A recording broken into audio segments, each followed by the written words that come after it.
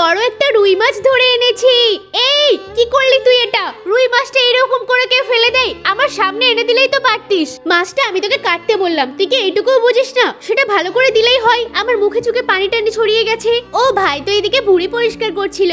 আমি যাই, এই ভুঁড়িটা আজকে আমি রান্না করব, একদম ঝাল ঝাল করে। এটা খেতে দারুণ লাগবে। সাথে কিছুটা আমার বোম্বাই মরিচ দিয়ে দিয়েছি। এবার ঢাকুনিটা দিয়ে দিই। এটা সিদ্ধ হয়ে গেলে তারপর নামিয়ে ফেলবো।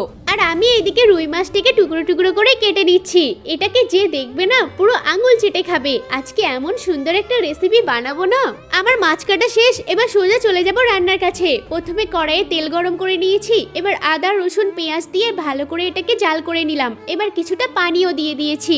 আর আমারও এদিকে ভুঁড়িটা ভালো করে সিদ্ধ হয়ে গেছে। যাই, এই ভুঁড়িটা ভাইকে দিয়ে আসি। ভাই কেটে কুটে মাছের মধ্যে দিয়ে দেবে, আরো ভালো লাগবে। এই কড়াইয়ে এবার সমস্ত মাছগুলো দিয়ে দিচ্ছি। মাছগুলো একটু ফুটে উঠলেই তারপর রান্নাটা অর্ধেক হয়ে যাবে। এই দেখ ভাই, আমি ভুঁড়িটাও এনে দিয়েছি। আচ্ছা তুই এটা নাড়াচাড়া কর, আমি ভুঁড়িগুলো কেটে নিয়ে আসছি।